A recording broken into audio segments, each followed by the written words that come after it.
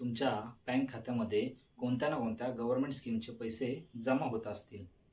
तुम्ही जेव्हा passbook print करता त्यावेळी त्या पासबुकच्या एंट्रीमध्ये खाली नॅच असे लिहिलेले असते।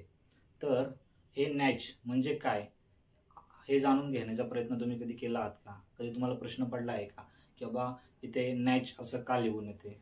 तर मित्रांनो, आज आपण हेच पाहणार आहे की नॅच म्हणजे काय। नमस्कार मित्रांनो, मी रवी स्वागत करतो आपल्या चॅनलवरती। आपण बँक आणि फायनान्स रिलेटेड नवीन व्हिडिओ किंवा त्याविषयी माहिती आपल्या चॅनलवरती घेऊन येत असतो।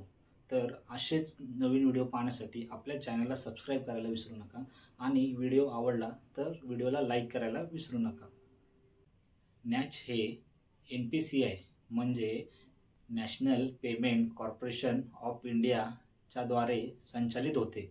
नॅचच्या माध्यमातून सरकारी खात्यातून मोठ्या प्रमाणात पैशाची देवाणघेवाण केली जाते।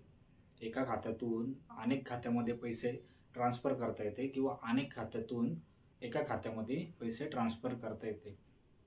तसेच बँक आणि फायनान्स कंपन्या सुद्धा नॅचच्या द्वारे आपले जे लोनचे EMI आहेत ते अनेक खात्यातून एका खात्यामध्ये ट्रान्सफर करतात किंवा एका खात्यातून अनेक खात्यामध्ये ट्रान्सफर करतात। नॅचचा फायदा असा होतो की मोठ्या प्रमाणात पेमेंट ट्रान्सफर करू शकतो, पेमेंट लवकर जमा होते आणि ही एक सुरक्षित प्रणाली आहे।